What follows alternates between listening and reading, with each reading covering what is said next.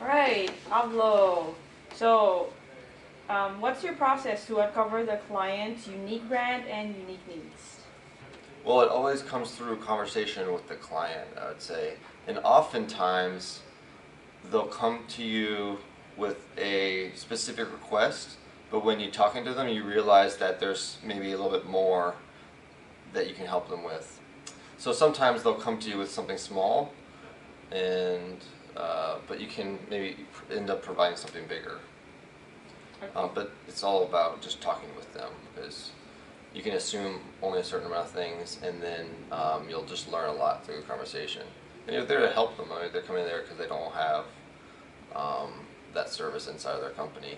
What tips do you have for someone who wants to carve a niche for their personal brand? I'm not an expert in building a personal brand.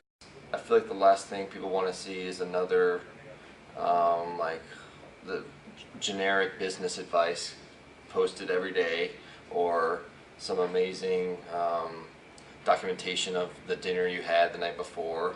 I mean, that stuff is kind of redundant and boring, and kind of wastes people's time. It's like a lot of people kind of celebrate and project this like aura of success and like glamour. What about like the shitty part of your life, or like the struggle you're having, right? Oftentimes that's what's kind of missing on the Facebook feed or on Instagram. So if you really want an audience to pay attention to what you have to say, like say something that's a little bit honest or unexpected that they wouldn't expect someone who's building a personal brand to project out into the world. Very cool. Can the principles of personal branding be applied to businesses like startups? I think so. I feel like startups should maybe act more like people, actually, in that a lot of businesses evolve and create content that's kind of boring and expected. That's why so many ads are people don't even want to spend time with, because they're just safe and they talk about business and they try to sell you something. But if you kind of consider your company or the brand you build as like a personality, like a unique voice, just like a personal brand would be, you can start creating more interesting things. Have fun with your company or brand, and especially if you're a startup that has maybe not the coolest bit like brand, or just doing B2B business, and it's actually refreshing to see a company like that take a risk and have fun with what they're doing. Cool. So, do you have any inspiring, insights or words for entrepreneurs and folks who want to gain respect as a brand?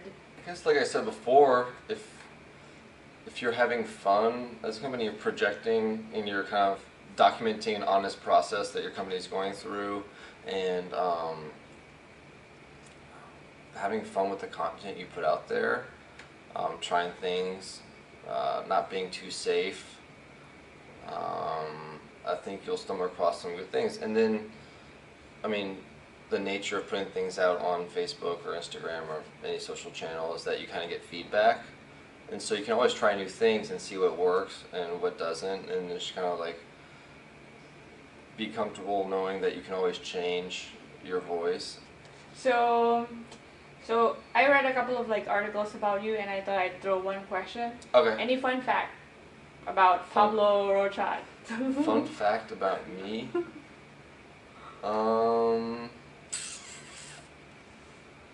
You weren't prepared. No.